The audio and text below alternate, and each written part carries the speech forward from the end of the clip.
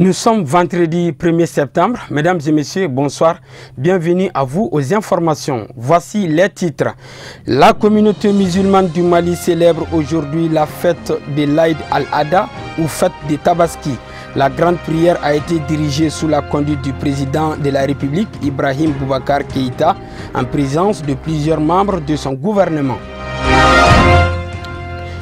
Comme à l'accoutumée, le guide spirituel des Ansar, Assaid Chérif Ousmane Madani Haïdara, célèbre tous les ans la fête à Tamani, son village natal dans les cercles de Baraouli.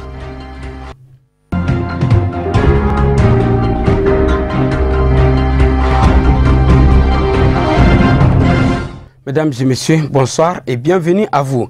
La communauté musulmane du Mali célèbre aujourd'hui la fête de l'Aïd al-Adha ou fête des Tabaski. La grande prière a été dirigée par le président de la République Ibrahim Boubacar Keïta en présence de plusieurs membres de son gouvernement. Suivant ce reportage.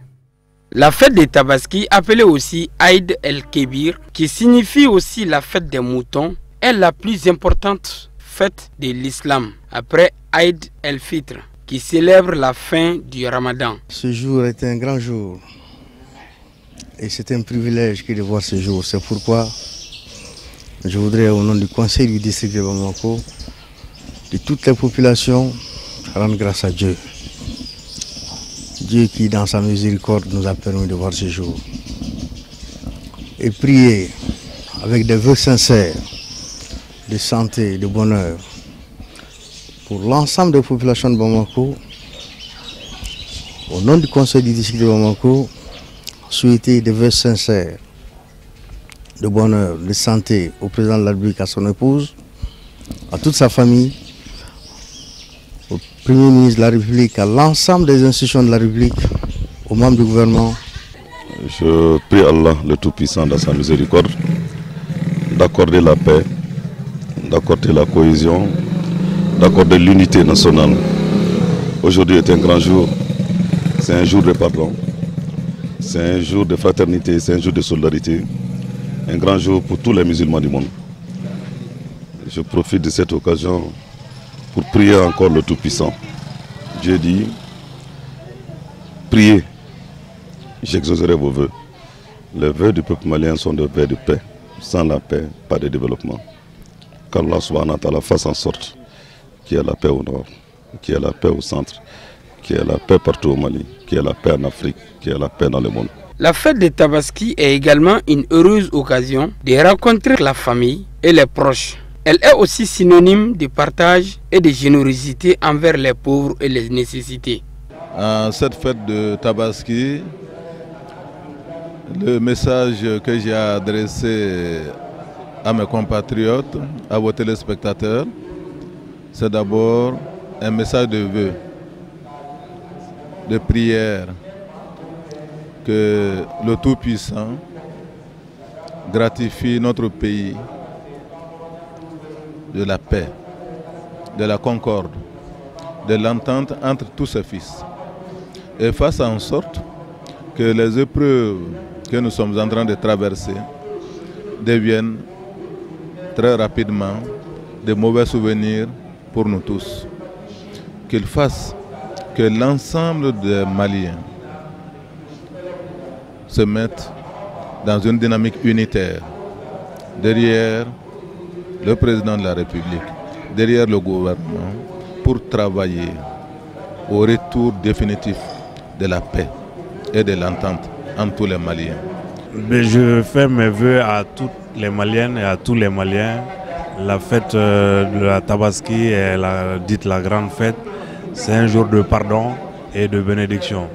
Donc je souhaite que tous les Maliens fassent la paix entre eux, se donnent la main pour construire ce pays, se pardonnent afin que le pays puisse avancer.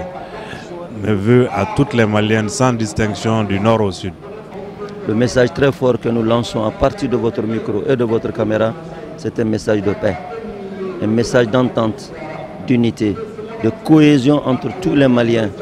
Et que Dieu fasse que ce serait la dernière fête qui puisse concrétiser définitivement la paix des cœurs, la paix des esprits, la paix pour le développement du pays, la paix pour la marche du pays, l'entente entre tous les Maliens et toutes les Maliennes de notre pays, du nord au sud. Le président de la République, les chefs des familles fondatrices de Bamako et les leaders religieux ont tous formulé des vœux de bonheur, de paix et de stabilité pour notre pays. Qu'Allah nous préserve de tout mal et qu'il nous accorde une vie pleine de sincérité et de bonté.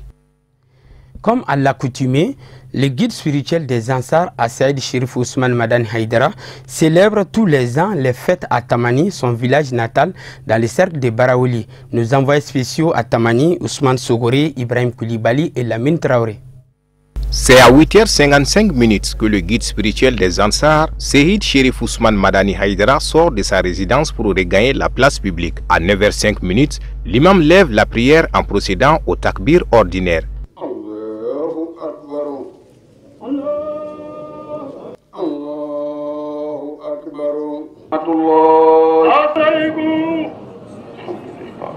Après le salut final, il tient un discours rappelant la soumission d'Abraham et son fils Ismaël à Dieu, d'où cette fête tire son origine. Quelques minutes plus tard, les musulmans regagnent leur foyer pour sacrifier les moutons.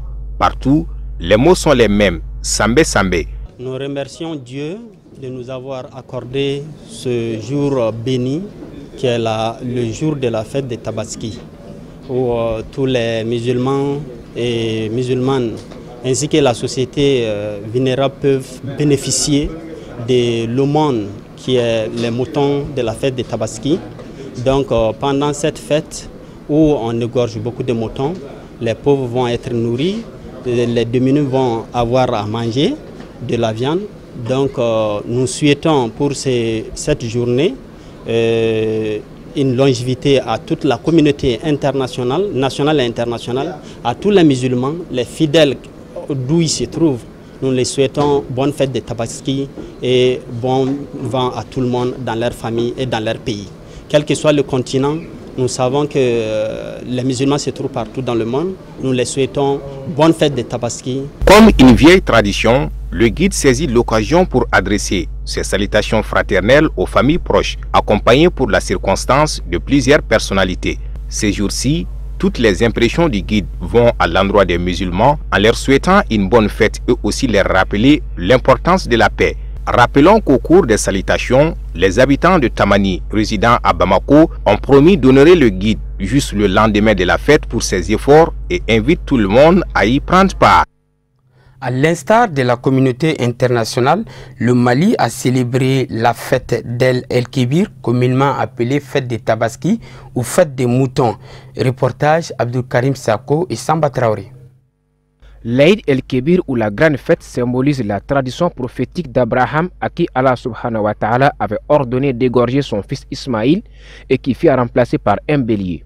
C'est l'occasion pour les fidèles de la Oumma islamique de se réunir dans les mosquées et autres grandes artères pour la prière collective, puis s'ensuit l'égorgement des moutons sacrificiels, comme ici à Bankoni à la famille Chérifoula de Seydi Chérif Ousmane Madani Haïdara.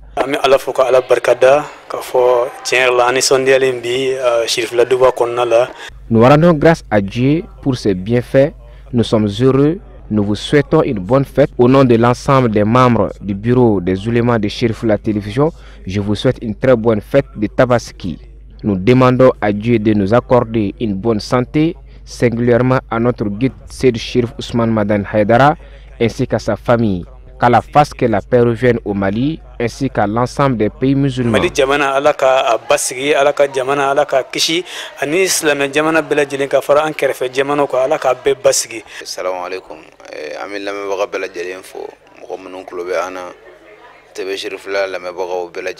J'adresse mes salutations à tous les téléspectateurs de Chérifoula TV en ce jour béni qui est un jour de fête pour les musulmans. C'est le jour de rendre grâce à Allah pour les bienfaits à l'endroit de ses serviteurs. Dans ce mois béni, Dieu a fait par grâce 3 jours durant lesquels tout serviteur musulman qui s'abstient de transgresser les interdits d'Allah, tous ses péchés sont pardonnés et il a la récompense des pèlerins dont le pèlerinage a été agréé par Dieu. Ce mois fait partie des 4 mois sacrés que le Coran a mentionnés. C'est une grâce divine. Les fidèles musulmans doivent donc s'abstenir de toute transgression des interdits. Au nom de notre Père et guide spirituel, J'adresse mes vœux de bonnes fêtes à tous les musulmans du monde entier.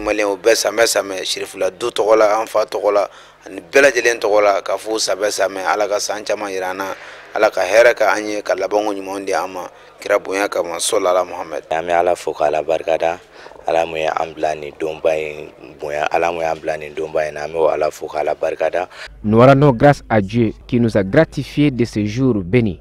Nous adressons nos vœux de bonnes fêtes à tous les musulmans et à tous les téléspectateurs de Chérifoula Télévision. Que Dieu nous fasse voir bien d'autres jours bénis comme celui-ci, accompagnés de bonne santé et de réussite.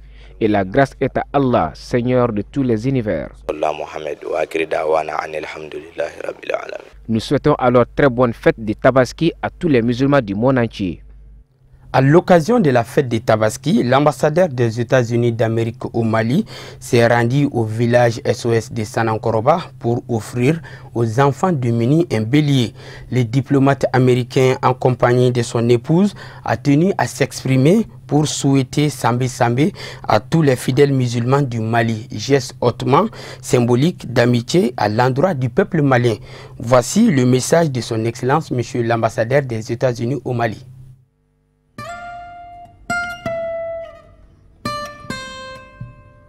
Aujourd'hui, nous sommes très heureux de visiter, ma femme et moi, le village qui s'appelle SOS Sanankoroba.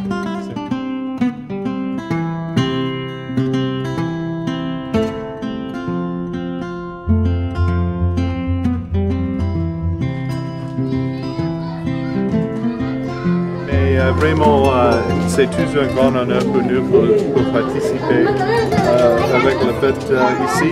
Et je peux vous assurer, je vais manger un peu de mouton moi-même.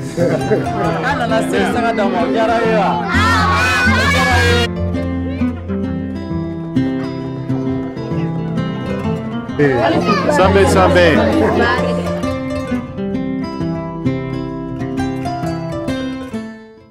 À présent, voyons le tour d'horizon de l'actualité africaine et internationale en bref et en images. Une compilation signée Amidou Badini.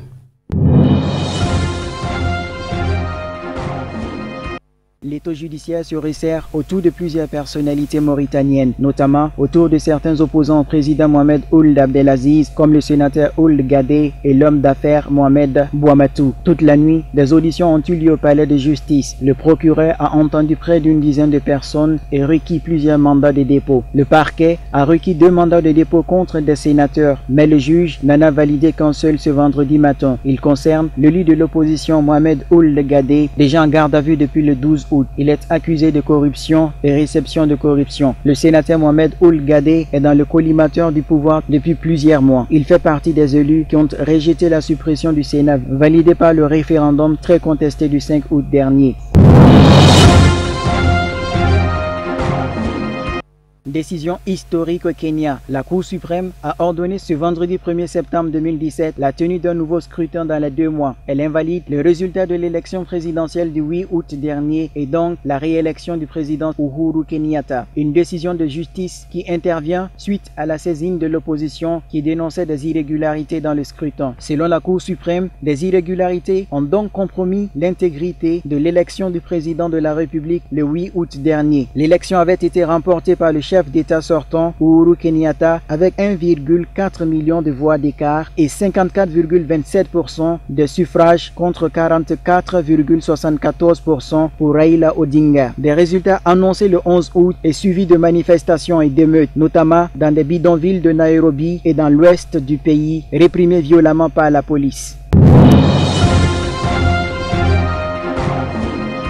La séance a été agitée jeudi 31 août au Parlement sud-africain. Jacob Zuma était invité à répondre aux questions des députés. Au cœur de cette séance, les affaires dans lesquelles est embourbé le président sud-africain, mais surtout un vent de révolte au sein des députés de l'opposition comme de la majorité. Le président sud-africain est notamment accueilli par les 15 députés des combattants pour la liberté, le parti d'extrême gauche de Julius Malema, qui l'ont appelé sur un ton d'une rare virulence à donner des réponses au sujet des affaires. Mais les débats s'enflamment réellement quand l'opposition évoque le nom du fils du président, accusé d'être à la tête d'un vaste réseau d'influence. Duduzane Zuma est en effet employé de la controversée famille indienne Gupta. Même certains élus du parti au pouvoir ont utilisé cette session pour s'opposer au président Zuma sur une affaire de corruption présumée.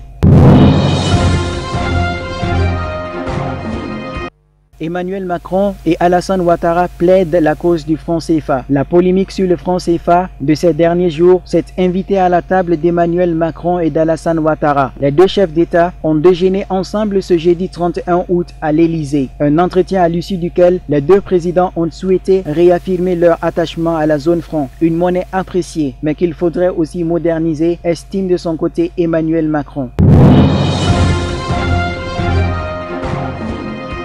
Voilà, mesdames et messieurs, ce qui met fin à cette édition d'information. Merci de l'avoir suivi. Bonne suite des programmes sur Chérif La Télévision.